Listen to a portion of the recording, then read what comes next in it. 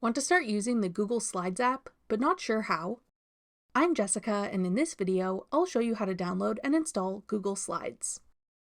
Note that this video will demonstrate on iPhone, but written instructions for both Android and iOS will be listed in the description box. Now let's get started. To download Google Slides, first open the App Store. Go to the Search tab. Then type in Google Slides in the search bar. Tap Google Slides when it appears in the search results.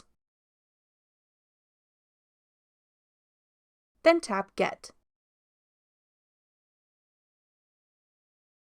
If prompted, use Face ID or enter your password to confirm that you want to download the app. Wait for the installation to complete. Then tap Open to start using the Google Slides app. That's all it takes to download Google Slides.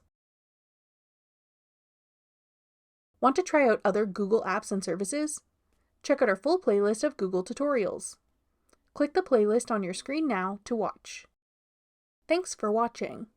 If you found this video helpful, we'd love it if you'd hit the like button below and subscribe to our channel.